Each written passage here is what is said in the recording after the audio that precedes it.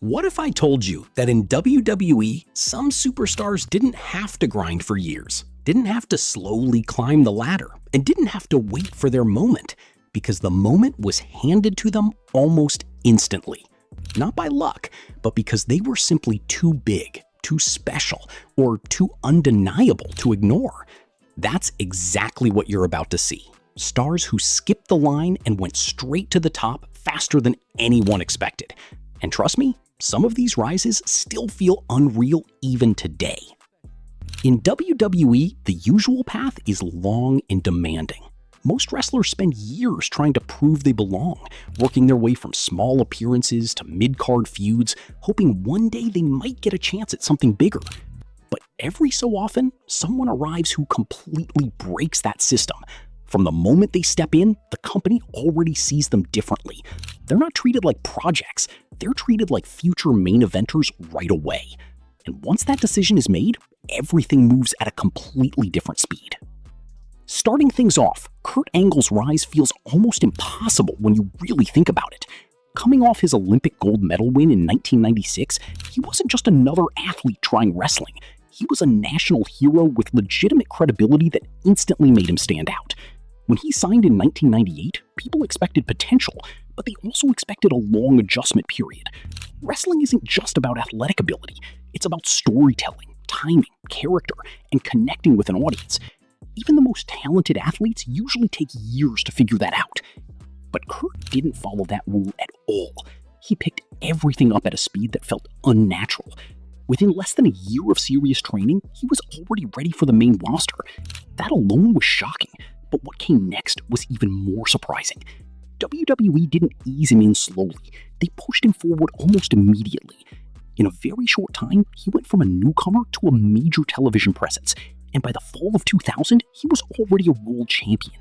For most people, that kind of push would feel rushed, but with Kurt, it felt completely right. He wasn't just keeping up, he was excelling at a level that matched the very best in the company, even during a time filled with elite talent. His rise wasn't just fast, it was dissolved at every step. Then you have Brock Lesnar, whose rise didn't just feel fast, it felt explosive. From the beginning, he came across like something different entirely. Before WWE, he had already built a reputation as a dominant amateur wrestler with a combination of strength, speed, and intensity that made him stand out immediately. When he signed in 2000, he entered a developmental system filled with future stars, but even in that environment, he stood above the rest. By the time he debuted on the main roster in 2002, it was clear WWE wasn't going to waste time.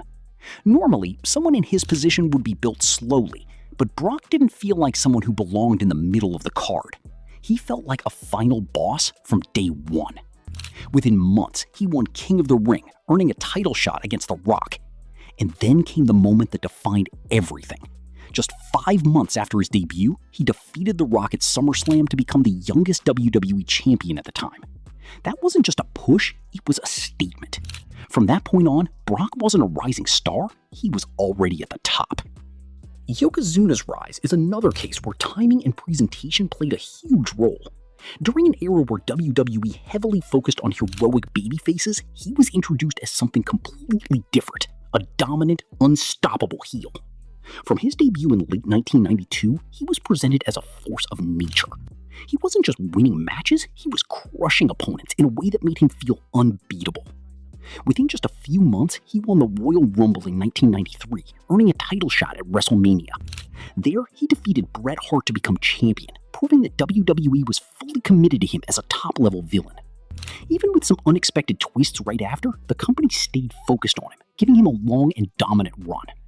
What made his rise special wasn't just how fast it happened, but how strongly WWE positioned him as the central obstacle everyone had to overcome. The Great Khali is a very different kind of example, but just as telling.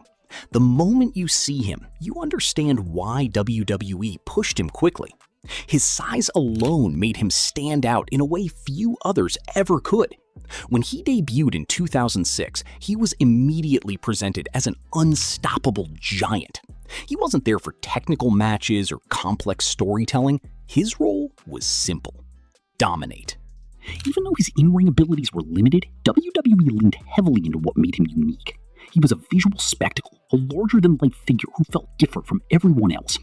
That, combined with his global appeal, especially in India, made him incredibly valuable. By 2007, he had already reached the top by becoming World Heavyweight Champion. It may have been controversial, but given how he was presented from the start, it almost felt inevitable. Logan Paul's rise shows how things have changed in modern WWE, but also how rare natural ability can still fast-track someone to the top. Coming in as a celebrity, many expected him to just play a supporting role, but from his very first match, he proved he was taking this seriously. He adapted incredibly fast, showing a level of confidence and understanding that most beginners don't have. Within less than a year, he was already in a main event match, challenging for the undisputed WWE Championship. That kind of opportunity usually takes years to earn, but Logan didn't just get there quickly, he proved he belonged. His performances made it clear that WWE wasn't just using him for attention, they saw real potential in him as a performer. Braun Breaker represents a newer generation, but his rise follows a familiar pattern. From the moment he appeared in NXT, he stood out. He had the look, the intensity, and the athleticism that made him feel like a future star immediately. While his family background helped people notice him, it was his performances that justified the push. He signed in 2021, and within a year, he was already NXT champion. From there, he remained a central figure, consistently being presented as the face of the brand. His rise wasn't just quick, it was steady and dominant, showing that WWE had complete confidence in him from the beginning. AJ Styles' case is unique because he wasn't an unknown talent rising quickly.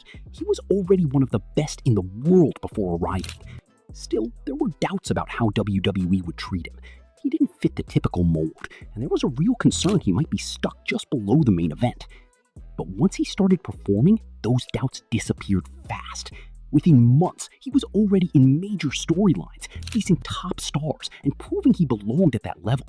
His matches elevated him quickly, and by the end of 2016, he had already become WWE champion. His rise showed that sometimes talent is simply too undeniable to ignore. Finn Balor had a similarly fast start. After a successful run in NXT, he debuted on the main roster and immediately made an impact by defeating a top star clean on his first night. That alone signaled something big. Shortly after, he competed for and won the newly introduced Universal Championship. In an incredibly short time, he went from debuting to holding one of the company's top titles. Unfortunately, injury cut that momentum short, but the speed of that initial push showed just how highly WWE valued him at the time. Sheamus is another example of someone who skipped the usual process. After debuting in 2009, he quickly climbed the ranks. Within months, he was already competing for the WWE Championship. And then came the shock. He defeated John Cena to win the title. That moment instantly changed everything for him. He went from being a newcomer to a top star almost overnight. Even without prior massive fame, WWE saw something in him and acted on it immediately. Ronda Rousey's arrival brought a different kind of energy. Already a global star from MMA, she entered WWE with massive attention. The question wasn't about her star power, it was about how quickly she could adapt. The answer came fast. Her debut match showed she could handle the spotlight, and her performances only improved from there. Within months, she became Raw Women's Champion and played a central role in one of the biggest storylines in the division's history, leading to the first Women's WrestleMania main event. Finally, Sergeant Slaughter's rise stands out for how controversial it was. Returning in 1990 with a completely reworked character, he became one of the most hated figures in WWE during a very sensitive time. The reaction was intense, and WWE used that heat to push him straight to the top. Within months, he defeated the Ultimate Warrior to become champion, setting up a major storyline heading into WrestleMania. It was a risky move, but it worked in terms of impact. His rise showed how powerful a strong reaction, positive or negative, can be when it comes to fast-tracking someone to the main event. These are the stars who didn't just climb the ladder, they skipped entire sections of it. Whether it was raw talent, presence, timing, or star power, WWE saw something in them and acted on it immediately. And in every case, their rise left a mark that still stands out today.